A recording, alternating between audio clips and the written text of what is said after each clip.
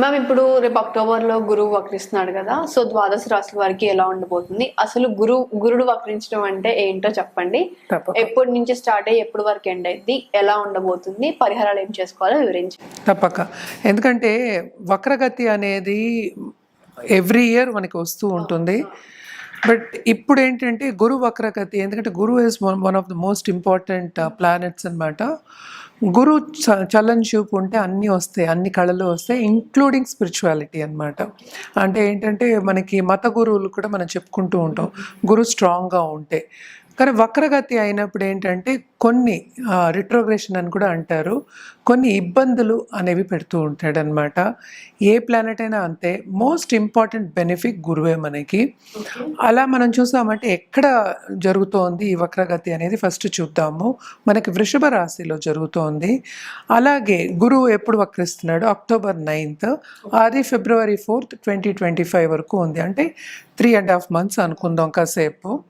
So వక్రగతి అయినప్పుడు ద్వాదశ రాశుల వాళ్ళకి అంటే ఏంటంటే అందరికీ ఒకేలా ఉండదు కదా. సో అలాగే ద్వాదశ రాశుల వారికి కూడా కొన్ని రాసులకు చాలా బాగుంటుంది, కొన్ని రాసుల వారికి అంత బాగుంటుంది, అన్ని మిశ్రమమే అని చెప్పుకోవాలి. ఫస్ట్ వక్రగతి అంటే ఏంటో చూద్దాము. అసలు జనరల్గా చూసామంటే రిట్రోగ్రేషన్ కానీ వెనక్కి తిరిగి చూడడం కానీ అనేది రిలేటివ్. ఎలా రిలేటివ్ టు ఎర్త్ అనమాట. అంటే ఏంటి ఆ యాంగిల్ అంటే ఏంటి, జూపిటర్ అలాగే వెళ్తూ ఉన్నాడు, but with respect to another planet. అంటే మన ఎర్త్ నుంచి చూసినట్టు ప్లానెట్ నేను ఎర్త్ నుంచి చూసినప్పుడు ఆయన ఏంటంటే వెనక్కి తిరిగి చూస్తున్నట్టు అనిపిస్తుంది, ఎందుకంటే రెండు మోషన్లోనే ఉన్నాయి. సో సింపుల్ ఎగ్జాంపుల్ చెప్పాలి అంటే మనం ప్లాట్ఫామ్లో 2 ట్రైన్లు ఆగున్నాయి అనుకుందాం. ఒక ట్రైన్ కదులుతోంది, ఇంకో ట్రైన్ అలాగే ఆగిపోయింది. అప్పుడు ఏమవుతుంది? ఆగిపోయిన ట్రైన్లో ఉన్న వాళ్ళకి ఎలా ఉంటుంది? వెనక్కి వెళ్తున్నట్టు ఉంటుంది. సింపుల్గా చెప్పాలి అంటే ఇదే వక్రగతి అనమాట. Related to the motion of the other planetary positions. అంటే కొన్ని ఫాస్ట్గా మూవ్ అవుతున్నాయి, సో ఈయన కొంచెం స్లో అయినప్పుడు వక్రమైనట్టు అనిపిస్తుంది అనమాట. సో జనరల్గా వీటికి పరిహారం చేసుకోవాలి, గురువుకి పరిహారం చేసుకోవాలి అంటే తప్పక గురు కాళ్ళు పట్టుకోవాలి. అది థర్స్డే తప్పక. ఏంటంటే మనకి ఏ గురువు అయినా పూజించడం అనేది వెరీ ఇంపార్టెంట్. అదొకటి కాకుండా మనం గురు జపం చేసుకోవడం కానీ, అలాగే ఏంటంటే గురువుకి దానం చేయడం వెరీ వెరీ ఇంపార్టెంట్ అనమాట. నవగ్రహాల చుట్టూ ప్రదక్షిణ చేయడం అనేది జనరల్గా మనం చెప్తూనే ఉంటాము. ఇదేంటంటే మనకి వృషభ రాశిలో జరుగుతోంది కనుక ఆ రాశికి అధిపతి ఏమో మనకి శుక్రుడు. సో శుక్రుడు ఇంట్లో జరుగుతోంది కనుక అంత బాగుండదు కొన్ని రాశి వాళ్ళకి. ఎందుకు అంటే ఇద్దరు ఎనిమికల్, అంటే ఏంటంటే కొంచెం ఎనిమిటీ ఉన్నది. ఏంటంటే ఫ్రెండ్షిప్స్ ఉంటాయి, ఎనిమిటీస్ ఉంటాయి గ్రహాలకి అనమాట.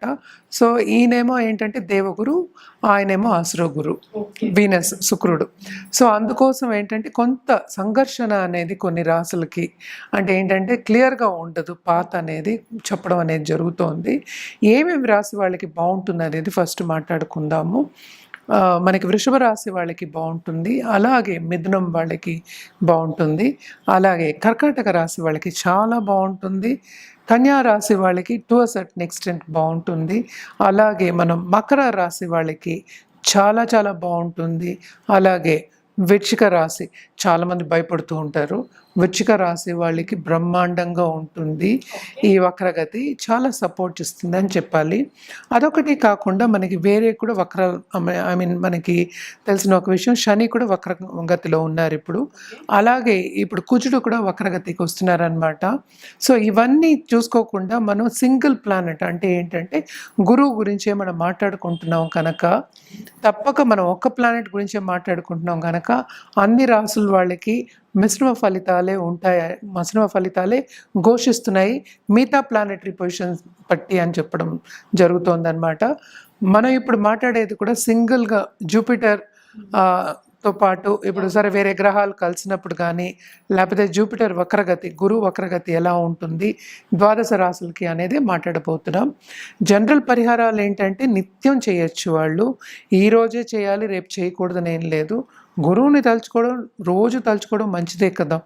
సో గురువారమే చేయాలని లేదు, మనం చెప్పేది ఏంటంటే జనరల్గా చెప్పాము.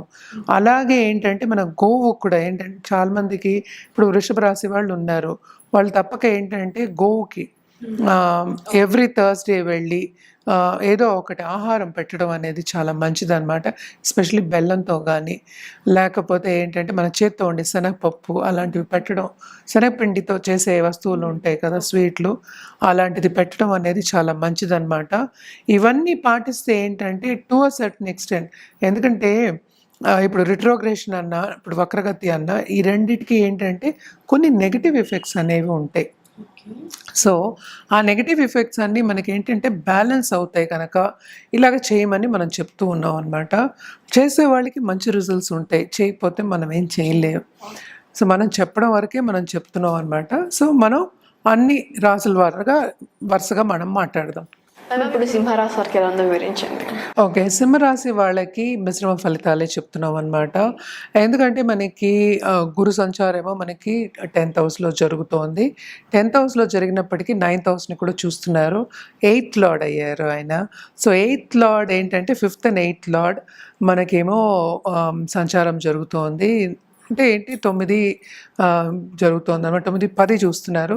సో కెరియర్ పాత్లో కొన్ని అడ్డంగాలు వచ్చే ఛాన్సెస్ ఎక్కువ కనిపిస్తున్నాయి. అలాగే ఏంటంటే డబ్బు వచ్చే ఛాన్సెస్, అంటే డబ్బు వచ్చే ఛాన్సెస్ ఉన్నాయి కానీ అది ఖర్చు అయ్యే ఛాన్సెస్ ఎక్కువ కనిపిస్తున్నాయి. అలాగే ఎవరైనా లోన్స్ తీసుకున్నారు, కొంచెం ఎక్కువ లోన్స్ ఉన్నాయి అన్న వాళ్ళకి కొంత ఇబ్బందులు అనేవి తప్పవు. అంటే టైంకి అందుబాటులోకి రాకపోవచ్చు డబ్బు అనేది. అంటే ఏంటి, చేతికి అందింది నోటికి అందింది చేతికి అందలేదో ఏదో చెప్తూ ఉంటారు సామెత, అలాంటి కొన్ని పరిస్థితులు వచ్చే ఛాన్సెస్ ఉన్నాయి. అలాగే సడన్ ట్రావెల్ అనేది వీళ్ళకి ఎక్కువ కనిపిస్తోంది. అది హెల్త్ పరంగా అవ్వచ్చు, అలాగే ఏంటంటే పిల్లల పరంగా కూడా అవ్వచ్చు. అదేంటంటే కొంచెం ఇబ్బందికరమైన ఒక సిచ్యువేషన్ అనే చెప్పుకోవాలి. ట్రావెలింగ్లో కూడా కొంచెం శ్రమ అనేది కొంచెం అధికం అనేది కనిపిస్తోంది అనమాట. అలాగే మనం చూసాము అంటే వీళ్ళకి సెకండ్ కేతు కూడా ఉన్నారు. మనం అది కూడా అన్ని గ్రహాల గురించి మాట్లాడుకోవట్లేదు, బట్ స్టిల్ కొత్త సబ్జెక్టుల మీద మక్కువ అనేది చూపిస్తారు. అలాగే కెరియర్లో ఆపర్చునిటీస్ వచ్చినా కొంత కాలక్రమేణా వాళ్ళు తీసుకోలేకపోవచ్చు అనమాట. సో కెరియర్ పాత్లో నేను ఇందాక చెప్పినట్టు కొన్ని అడ్డంగాలు అనేవి తప్పవు. అలాగే వీళ్ళు ఏదైనా గవర్నమెంట్తో లింక్ ఉన్నా కానీ, గవర్నమెంట్ పనులు చేసే వాళ్ళకి కానీ తప్పక బాగుంటుంది. వాళ్ళు పని చేయించుకుంటారు. అలాగే ఏంటంటే ఈ రాశిలో ఉన్న పాలిటీషియన్స్కి కొన్ని మంచి కార్యాలు, అంటే మంచి చేయడం అందాం సరే, ప్రజలకి మంచి చేయడం అనేది, కార్యక్రమాలు చేయడం అనేది స్టార్ట్ అయితే అవుతుందన్నమాట. అలాగే వీళ్ళు మన్నన పొందే ఛాన్సెస్ కూడా ఉన్నాయి. అంటే శ్రమ ఎలా అయినా అధికం, 1కి 2 సార్లు చేస్తే కానీ పనులు అవ్వవు.